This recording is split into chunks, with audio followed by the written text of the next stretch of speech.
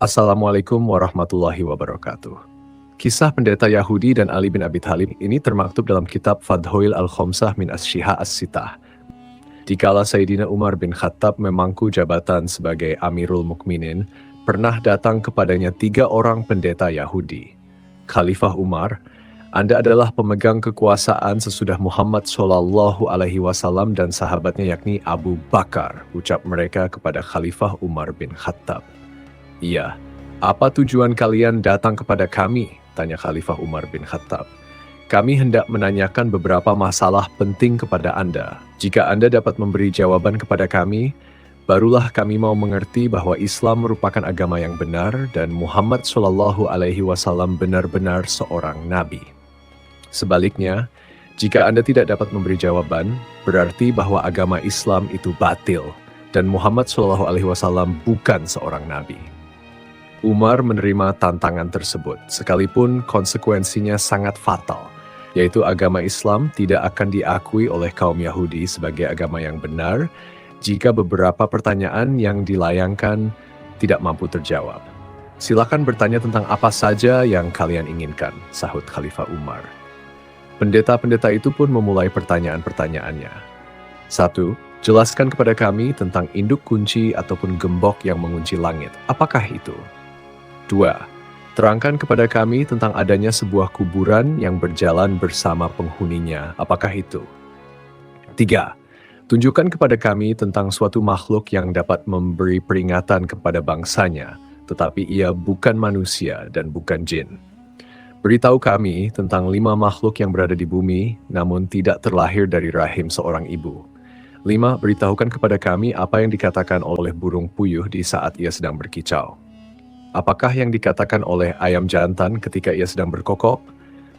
Apakah yang dikatakan oleh kuda di saat ia sedang meringkik? Apakah yang dikatakan oleh katak di waktu ia sedang bersuara? Beritahu kami apa yang dikatakan sejenis dalam siulannya. Khalifah Umar menundukkan kepala untuk berpikir sejenak. Umar bin Khattab kewalahan untuk menjawab beberapa pertanyaan yang dilayangkan oleh kaum Yahudi tersebut, hingga beliau memegang kepalanya karena sangat sulit mencari jawaban. Dengan bijak, Umar mengatakan secara jujur bahwa beliau tidak bisa menjawab beberapa pertanyaan dari kaum Yahudi. Mendengar jawaban Khalifah Umar seperti itu, pendeta-pendeta Yahudi berdiri melonjak-lonjak kegirangan sambil berkata, "Sekarang kami bersaksi bahwa Muhammad memang bukan seorang nabi dan agama Islam itu adalah batil." Pada waktu itu, para sahabat yang membersamai Umar tidak terima dengan pernyataan yang disampaikan oleh kaum Yahudi. Salman Al-Farisi yang saat itu hadir segera bangkit dan berkata kepada pendeta-pendeta Yahudi itu, "Kalian tunggu sebentar." Ia cepat-cepat pergi ke rumah Ali bin Abi Thalib. Setelah bertemu, Salman berkata, "Ya Abul Hasan, selamatkanlah agama Islam." Ali bin Abi Thalib bingung lalu bertanya, "Mengapa?" Salman kemudian menceritakan apa yang sedang dihadapi oleh Khalifah Umar bin Khattab. Sayyidina Ali segera saja berangkat menuju ke rumah Khalifah Umar, berjalan lenggang memakai burdah, yakni selembar kain penutup punggung atau leher peninggalan Rasulullah SAW. Ketika Khalifah Umar melihat Ali bin Abi Thalib datang, beliau bangun dari tempat duduk lalu buru-buru memeluknya sambil berkata, "Ya Abul Hasan, tiap ada kesulitan besar, engkau selalu kupanggil." Setelah berhadap-hadapan dengan para pendeta yang sedang menunggu-nunggu jawaban itu, Ali bin Abi Thalib berkata, "Silakan kalian bertanya tentang apa saja yang kalian inginkan. Rasulullah SAW sudah mengajarku 1000 macam ilmu, dan tiap jenis dari ilmu-ilmu itu mempunyai 1000 macam cabang ilmu." Pendeta-pendeta Yahudi itu lalu mengulangi pertanyaan mereka. Sebelum menjawab, Ali bin Abi Thalib berkata, "Aku ingin mengajukan satu syarat kepada kalian, yaitu jika ternyata aku nanti sudah menjawab pertanyaan-pertanyaan kalian sesuai dengan yang ada di dalam Taurat, kalian harus bersedia memeluk agama kami dan beriman." "Oh iya, baik," jawab mereka. "Sekarang tanyakanlah satu demi satu," kata Ali bin Abi Thalib.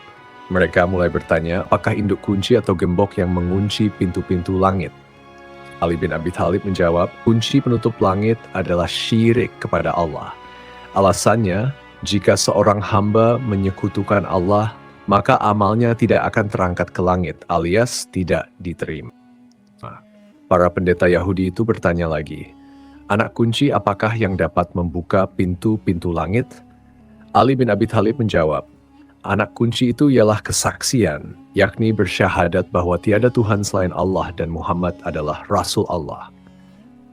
Para pendeta Yahudi itu saling pandang di antara mereka sambil berkata, orang itu benar juga. Mereka bertanya lebih lanjut, terangkanlah kepada kami tentang adanya sebuah kuburan yang dapat berjalan bersama penghuninya. Ali bin Abi Thalib menjawab, kuburan itu ialah ikan paus yang menelan Nabi Yunus. Kemudian Nabi Yunus alaihissalam dibawa keliling ke 7 samudra. Pendeta-pendeta itu meneruskan pertanyaannya lagi. Jelaskan kepada kami tentang makhluk yang dapat memberi peringatan kepada kaumnya, tetapi makhluk itu bukan manusia dan bukan jin. Ali bin Abi Thalib menjawab, makhluk itu ialah semut Nabi Sulaiman putra Nabi Daud alaihissalam. Semut itu berkata kepada kaumnya, hai para semut, masuklah ke dalam tempat kediaman kalian agar tidak diinjak-injak oleh Sulaiman dan pasukannya dalam keadaan mereka tidak sadar. Para pendeta Yahudi itu meneruskan pertanyaannya. Beritahukan kepada kami tentang 5 jenis makhluk yang berjalan di atas permukaan bumi, tetapi tidak satu pun di antara makhluk-makhluk itu yang dilahirkan dari rahim induknya. Ali bin Abi Thalib menjawab, 5 makhluk itu ialah, pertama Nabi Adam, kedua Hawa, ketiga unta Nabi Syalih, keempat domba Nabi Ibrahim, dan kelima tongkat Nabi Musa yang menjelma menjadi seekor ular. Pendeta-pendeta itu bertanya lagi, beritahukan kepada kami apa yang dikatakan oleh burung puyuh di saat ia sedang berkicau. Ali bin Abi Thalib menjawab, yang diucapkan burung puyuh dalam pekikannya adalah Ar-Rahman alal arsy istawa. Mereka meneruskan pertanyaannya lagi, apakah yang dikatakan oleh ayam jantan ketika ia sedang berkokok? Apakah yang dikatakan oleh kuda di saat ia sedang meringkik? Dan apakah yang dikatakan oleh katak di waktu ia sedang bersuara?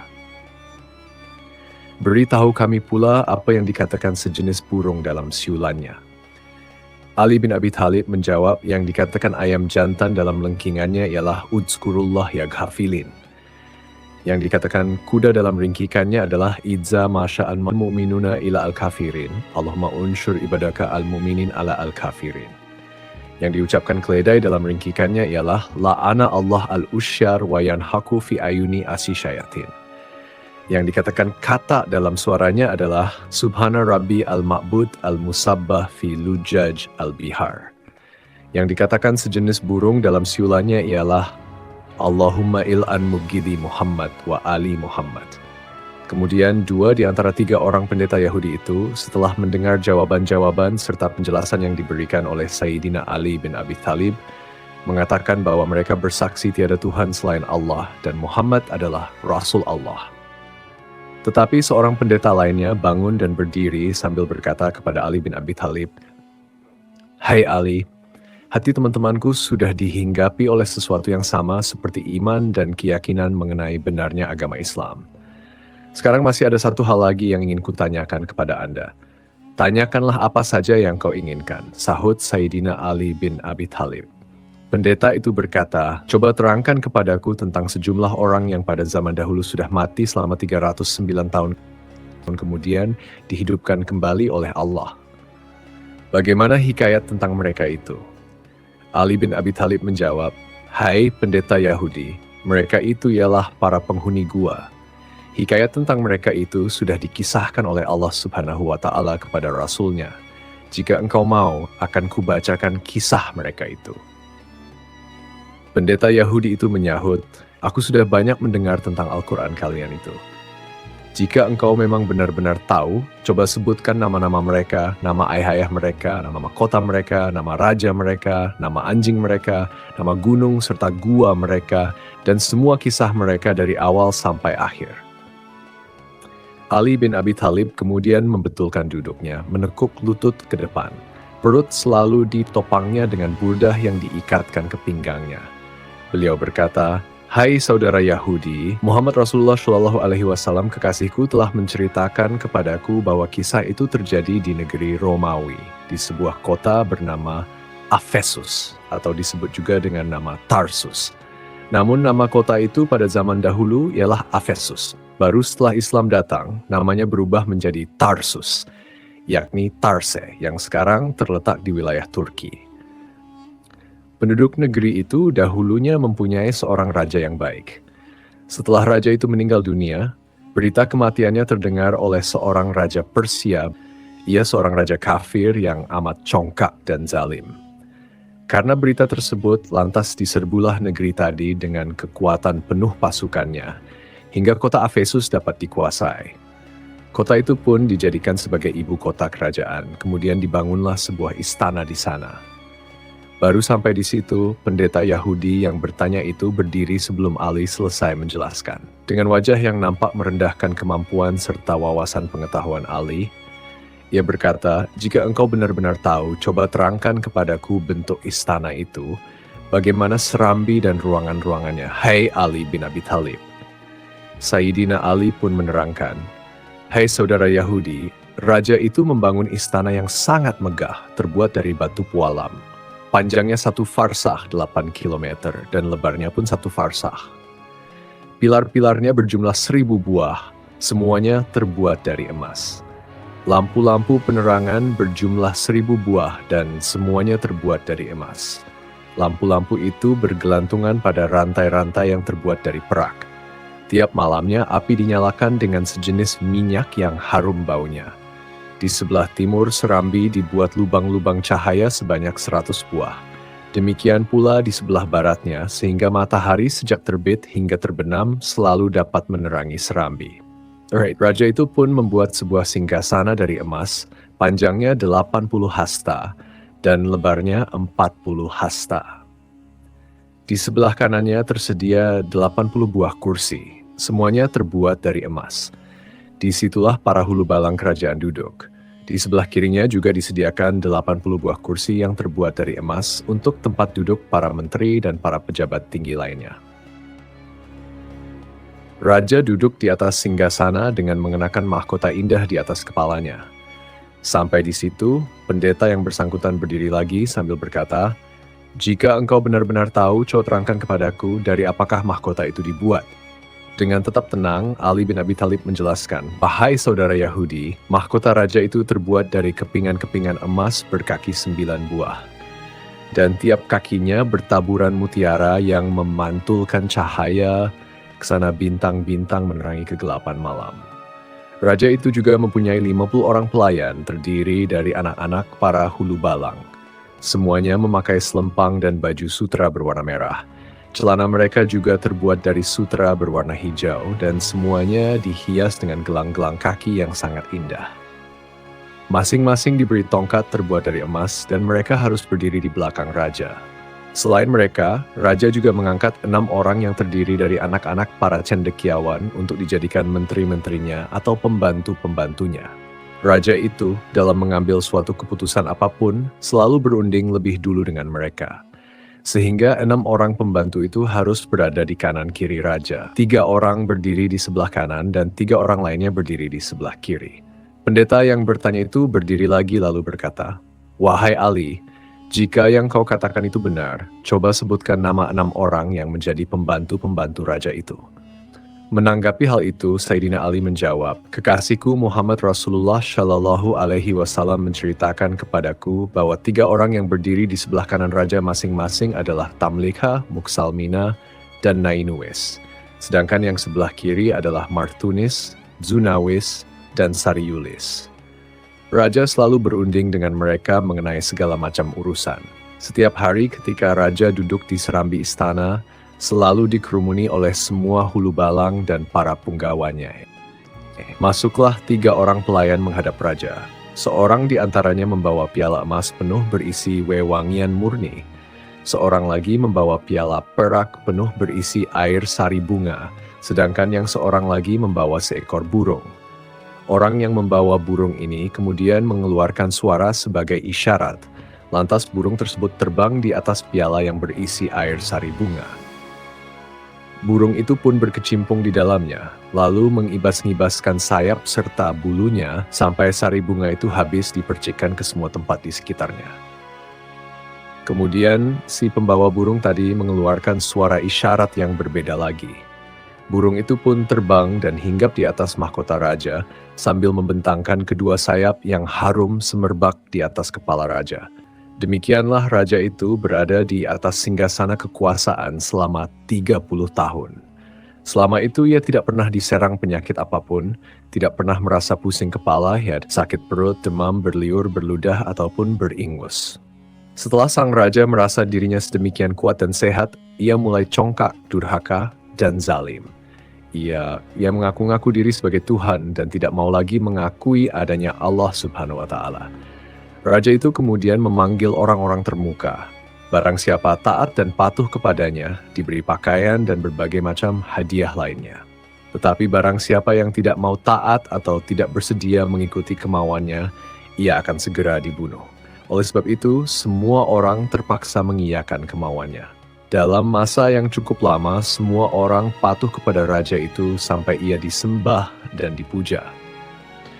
Mereka tidak lagi memuja dan menyembah Allah Subhanahu wa Ta'ala. Pada suatu hari perayaan ulang tahunnya, raja sedang duduk di atas singgasana mengenakan mahkota di atas kepala.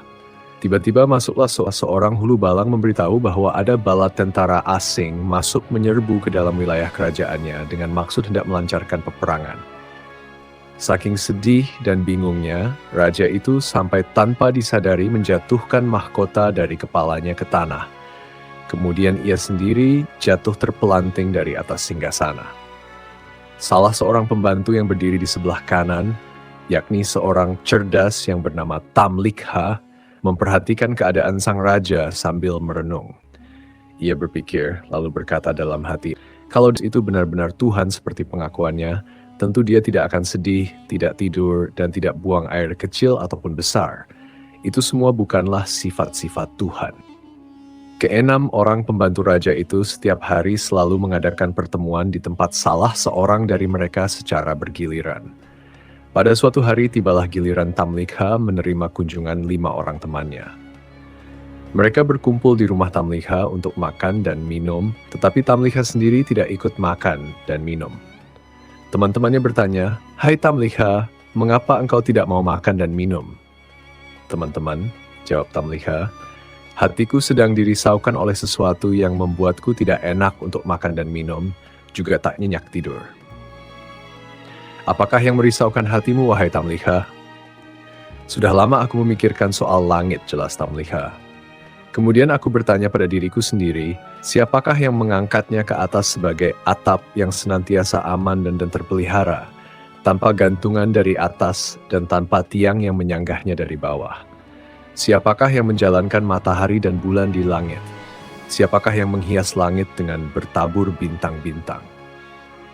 Kemudian kupikirkan juga bumi ini, siapakah yang membentangkan dan menghamparkannya di cakrawala?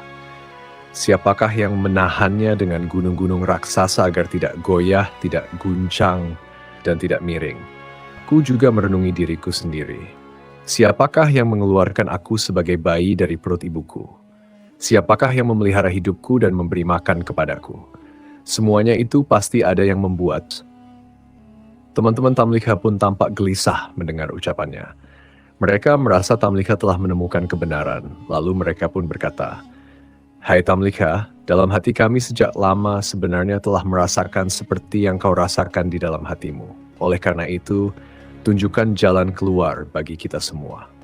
"Sahabat-sahabatku," jawab Tamlikha, "sekarang akal kita telah terbuka. Kita harus lari meninggalkan raja yang zalim itu untuk menuju kepada Raja Pencipta langit dan bumi." "Kami sangat setuju," sahut teman-temannya serentak. Tamlikha pun berdiri, hendak beranjak pergi untuk menjual buah kurma hasil dari kebunnya. Kurma itu terjual dan ia mendapat uang sebanyak 3 dirham. Lalu uang tersebut ia selipkan ke dalam kantong bajunya. Kemudian berangkatlah mereka berenam, Tamlikha, Muksalmina, Nainuwis, Martunis, Zunawis, dan Sariulis bersama kuda-kuda mereka. Mereka turun dari kuda masing-masing dan berjalan kaki sejauh 7 farsah, sampai kaki mereka melepuh dan berdarah karena tidak biasa berjalan sejauh itu. Tiba-tiba datanglah seorang penggembala kambing menghampiri. Mereka bertanya, "Wahai penggembala, Apakah engkau menyimpan cadangan air minum atau mungkin susu?" "Aku memilikinya," jawab sang penggembala. "Tapi sebentar, sepertinya kalian ini para bangsawan. Apakah kalian sedang melarikan diri dari sesuatu? Coba ceritakan kepadaku apa yang telah terjadi."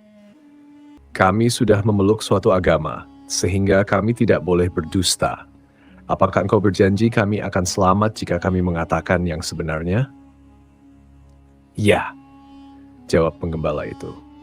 Tamliha dan teman-temannya lalu menceritakan semua yang terjadi pada diri mereka. Mendengar cerita mereka, penggembala itu segera bertekuk lutut di depan mereka sambil menciumi kaki mereka. Ia berkata, "Dalam hatiku, sekarang terasa sesuatu seperti yang ada dalam hati kalian. Kalian berhenti sajalah dahulu di sini. Aku hendak mengembalikan kambing-kambing itu kepada miliknya. Kemudian segera kembali lagi kepada kalian."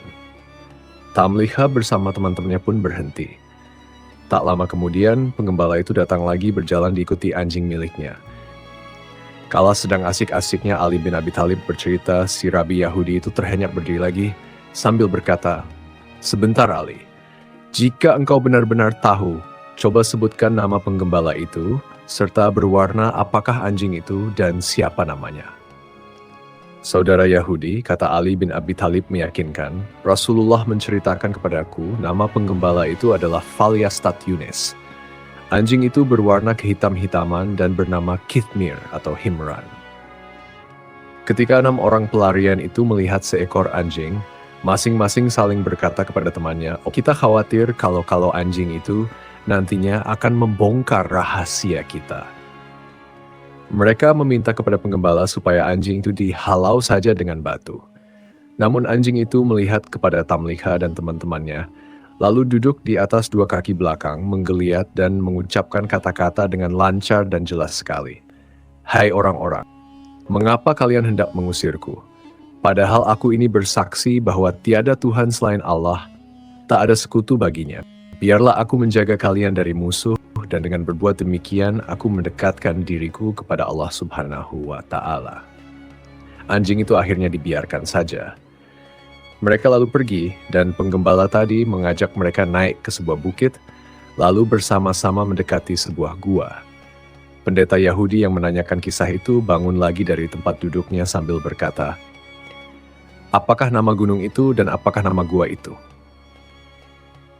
Sayyidina Ali menjelaskan gunung itu bernama Naglus dan nama gua itu ialah Washit atau disebut juga Heram. Ali bin Abi Thalib meneruskan ceritanya, "Secara tiba-tiba di depan gua itu tumbuh pepohonan berbuah dan memancar mata air yang deras sekali. Mereka makan buah-buahan dan minum air yang tersedia di tempat itu. Setelah tiba waktu malam, mereka masuk berlindung di dalam gua, sedangkan anjing yang sejak tadi mengikuti mereka berjaga-jaga sambil menjulurkan 2 kaki depan untuk menghalang-halangi pintu gua. Kemudian Allah Subhanahu wa Ta'ala memerintahkan malaikat maut supaya mencabut nyawa mereka. Kepada masing-masing orang dari mereka, Allah Subhanahu wa Ta'ala mewakilkan 2 malaikat untuk membolak-balik tubuh mereka dari kanan ke kiri. Allah lalu memerintahkan matahari supaya pada saat terbit condong memancarkan sinarnya ke dalam gua dari arah kanan, dan pada saat hampir terbenam sinarnya mulai meninggalkan mereka dari arah kiri. Ketika Raja Dicanius baru saja selesai berpesta, ia bertanya tentang 6 orang pembantunya.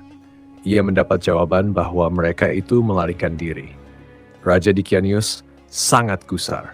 Bersama pasukan berkuda, ia cepat-cepat berangkat menyusuri jejak 6 orang pembantu itu. Ia naik ke atas bukit, kemudian mendekati gua. Ia melihat 6 orang pembantunya yang melarikan diri itu sedang tidur berbaring di dalam gua. Ia tidak ragu-ragu dan memastikan bahwa 6 orang itu benar-benar sedang tidur. Kepada para pengikutnya ia berkata, "Kalau aku hendak menghukum mereka, tidak akan kujatuhkan hukuman yang lebih berat dari perbuatan mereka yang telah menyiksa diri mereka sendiri di dalam gua. Panggillah tukang-tukang batu supaya segera datang kemari." Setelah tukang-tukang batu itu tiba, mereka diperintahkan menutup rapat pintu gua dengan batu-batu dan jish, bahan semacam semen. Setelah selesai dikerjakan, Raja berkata kepada para pengikutnya, "Katakanlah kepada mereka yang ada di dalam gua, kalau benar-benar mereka itu tidak berdusta, supaya minta tolong kepada Tuhan mereka yang ada di langit, agar mereka dikeluarkan dari tempat itu." Setelah masa yang amat panjang itu, Allah Subhanahu wa Ta'ala mengembalikan lagi nyawa mereka. Pada saat matahari sudah mulai memancarkan sinar, mereka merasa seakan-akan baru bangun dari tidurnya. Masing-masing berkata kepada yang lainnya, "Malam tadi kita lupa beribadah kepada Allah, mari kita pergi ke mata air." Setelah mereka berada di luar gua, tiba-tiba mereka melihat mata air itu sudah mengering, dan pepohonan yang ada pun sudah menjadi kering semuanya. Allah Subhanahu wa Ta'ala membuat mereka mulai merasa lapar. Mereka saling bertanya, "Siapakah di antara kita ini yang sanggup dan bersedia berangkat ke kota membawa uang untuk bisa mendapatkan makanan?" Tetapi yang akan pergi ke kota nanti harus hati-hati, jangan sampai membeli makanan yang dimasak dengan lemak babi. Tamliha kemudian berkata, "Hai saudara-saudara, aku sajalah yang berangkat untuk mendapatkan makanan. Tetapi, hai penggembala, berikanlah bajumu kepadaku dan ambil bajuku ini." Setelah Tamliha memakai baju penggembala, ia berangkat menuju ke kota. Sepanjang jalan ia melewati tempat-tempat yang sama sekali belum pernah dikenalnya. Setibanya dekat pintu gerbang kota, ia melihat bendera hijau berkibar di angkasa bertuliskan La ilaha illallah, Isa adalah utusan Allah. Tamliha berhenti sejenak memandang bendera itu sambil mengusap-usap matanya, lalu berkata seorang diri, "Kusangka aku ini masih tidur." Setelah agak lama memandang dan mengamati bendera itu, ia meneruskan perjalanan memasuki kota. Dilihatnya banyak orang sedang membaca Injil. Ia berpapasan dengan orang-orang yang belum pernah ia kenal. Setibanya di sebuah pasar, ia bertanya kepada seorang penjajah roti, "Hai tukang roti, apakah nama kota kalian ini?" "Efesus," sahut penjual roti. "Siapakah nama raja kalian?" "Abdurrahman," jawab penjual roti. "Kalau yang kau katakan itu benar," kata Tamliha, "urusanku ini sungguh aneh sekali. Ambillah uang ini dan berilah makanan kepadaku." Melihat uang itu, penjual roti keheranan karena uang yang dibawa Tamliha itu adalah uang masa lampau yang ukurannya besar dan lebih berat. Pendeta Yahudi yang bertanya itu kemudian berdiri lagi lalu berkata kepada Ali bin Abi Thalib, "Ahli, kalau benar-benar engkau mengetahui, coba terangkan kepadaku berapa nilai uang lama itu dibandingkan dengan uang baru." Sayyidina Ali menerangkan, "Kekasihku, Muhammad Rasulullah Shallallahu Alaihi Wasallam menceritakan kepadaku bahwa uang yang dibawa oleh Tamliha dibandingkan dengan uang baru ialah tiap 1 dirham lama sama dengan 10 dan 2/3 dirham baru." Sayyidina Ali kemudian melanjutkan ceritanya. Penjual roti lalu berkata kepada Tamliha, "Alangkah beruntungnya aku. Rupanya engkau baru menemukan harta karun. Berikan sisa uang itu kepadaku, kalau tidak engkau akan kuhadapkan kepada raja." "Aku tidak menemukan harta karun," sangkal Tamliha.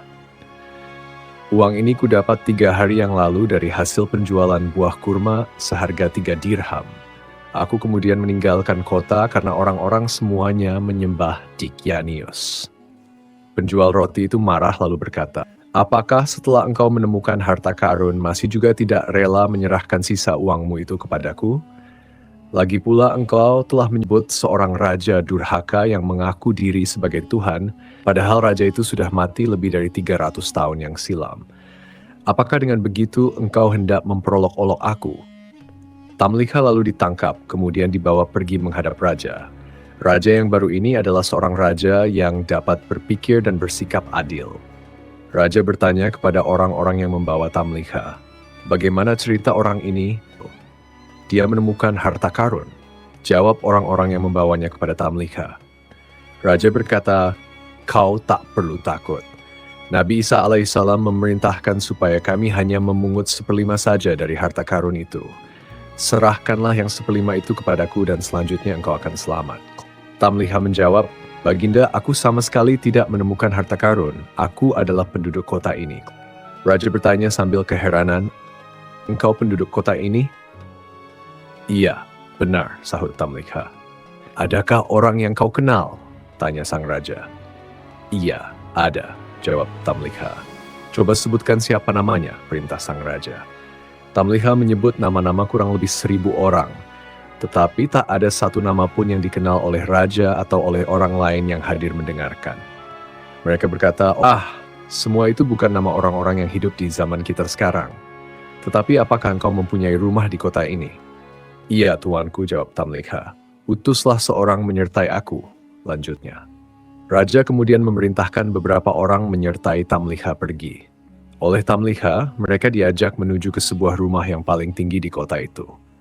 Setibanya di sana, Tamliha berkata kepada orang-orang yang mengantarkan, "Inilah rumahku." Pintu rumah itu lalu diketuk. Keluarlah seorang lelaki yang sudah sangat lanjut usia, sepanjang alisnya di bawah kening sudah sedemikian putih dan mengerut hampir menutupi mata. Karena sudah terlampau tua, ia terperanjat ketakutan lalu bertanya kepada orang-orang yang datang, "Kalian ada perlu apa?" Utusan raja yang menyertai Tamliha menyahut, "Pemuda ini mengaku rumah ini adalah rumahnya." Orang tua itu marah, memandang kepada Tamliha sambil mengamati. Ia bertanya, "Siapa namamu?" "Aku Tamliha, anak Filistin," jawab Tamliha. Orang tua itu lalu berkata, "Coba ulangi lagi." Tamliha menyebut lagi namanya. Tiba-tiba orang tua itu bertekuk lutut di depan kaki Tamliha sambil berkata, "Ini adalah datukku." Demi Allah, ia salah seorang di antara orang-orang yang melarikan diri dari Dicanius, yakni raja yang durhaka. Kemudian, dengan suara haru ia berkata lagi, ia lari berlindung kepada Yang Maha Perkasa, pencipta langit dan bumi.